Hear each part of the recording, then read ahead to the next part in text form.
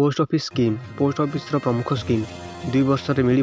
2,20,424 return महिला एक गुरुत्वपूर्ण विनियोग विकल्प भाव में डाकघर द्वारा महिला सम्मान सेविंग सर्टिफिकेट योजना महिला एक गुरुत्वपूर्ण विनियोग विकल्प भाव में डाकघर द्वारा महिला सम्मान सेविंग सर्टिफिकेट योजना यह योजना महिला आर्थिक सशक्तिकरण एवं से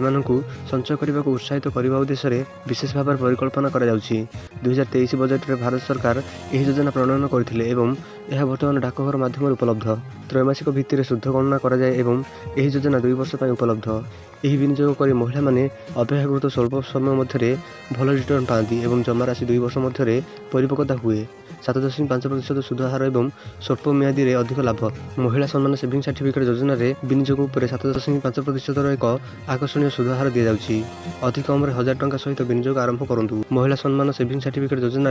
विनियोग मात्र 1000 टंका सहित आरंभ हो पारिबो मन रखु जे जमा राशि 100 टंका गुण में होगा उचित यह योजना महिला विशेष लाभदायक कारण कौन विपुल परिमाण जमा आवश्यक हुए ना यह योजना गोटे अकाउंट रे सर्वाधिक 2 लाख टंका विनियोग करदी आप चाहती आपड़ अन्य एक खाता खोली पारे किंतु एथिपाई प्रथम खाता खोलिया दिन ठारू 3 मास मध्य व्यवधान रहा आवश्यक